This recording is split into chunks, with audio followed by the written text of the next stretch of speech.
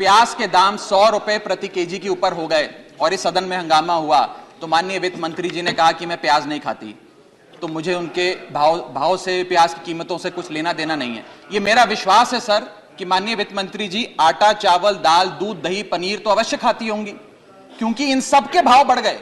GST लगा लगा के इन्होंने देश की थालीनॉमिक्स, फूड इन्फ्लेशन को बिगाड़ दिया। आटा, दाल, चावल, दूध, दही सबके रेट आज स्काई रॉकेटिंग है सर, आसमान छू रहे हैं। और भारत की फूड इन्फ्लेशन 10% से लेकर 17% के बीच पूरे वित्तीय वर्ष में मंडरा रही है। यह हालात हैं सर भारत की थालीनॉमिक्स की। मैं बताना चाहूंगा सर कि इस सरकार ने अमीरों को अमीर और गरीबों को गरीब करने का काम किया। पर कैपिटा इनकम किसी भी देश की आर्थिक स्वास्थ्य का एक बहुत बड़ा इंडिकेटर होता है।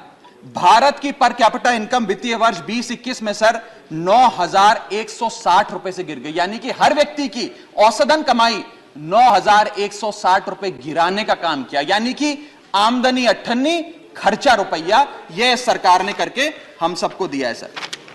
तीसरी बड़ी बीमारी जो भारत की अर्थव्यवस्था को लगी हुई है वो है आर्थिक सुधार का झांसा, the hoax of economic recovery. इस वित्तीय वर्ष के पहले क्वार्टर में भारत की आर्थिक विकास दर 13.5% थी। दूसरा क्वार्टर आते आते, जिसे फेस्टिवल क्वार्टर कहते हैं, जिसमें बड़े बड़े त्योहार आते हैं, जिसमें खपत भी बढ़ती है, उत्पादन भी बढ़ता है, मांग भी बढ़ती है, उस क्वार्टर में आर्थिक विकास दर 13.5% क्वार्टर 1 के मुकाबले गिरकर 6.3% पे आ गई सर, यानी कि आधी हो गई। और एक बड़ी बीमारी जो भारत की अर्थव्यवस्था को लगी है वो है द डेट क्राइसिस। भारत सरकार की देनदारी, भारत सरकार पे चढ़ा बहुत बड़ा कर्ज।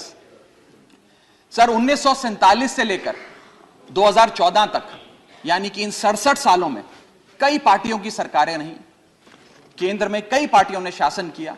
इन 67 सालों में तमाम पार्टियों की सरकारों ने मिलकर कुल कर्जा 55 लाख करोड़ का लिया था। और बीते 8 सालों में 2014 से 2022 में इस बीजेपी की सरकार ने कुल कर्जा 85 लाख करोड़ रुपए लिया। यानी कि एक तरफ 67 सालों का, बीते 67 सालों का 55 लाख करोड़ का कर्जा, और इस सरकार ने अकेले 8 सालों में 85 लाख करोड़ रुपए का कर्जा ले लिया। मैं पूछना चाहता हूं इनसे कि ये तो मुफ्त की रेवड़ी भी नहीं बांटते, ये तो मुफ्त की रेवड़ी में भी विश्वास नहीं रखते, तो फिर इनका कर्जा इतना कैसे बढ़ता जा रहा है? ये पैसा जा कहां रहा है, किसकी जेब में जा रहा है? दोस्तवाद की नीति के तहत कौन से इनके दोस्त हैं जिन्हें फायदा पहुंचाया जा रहा है? ये मैं पूछ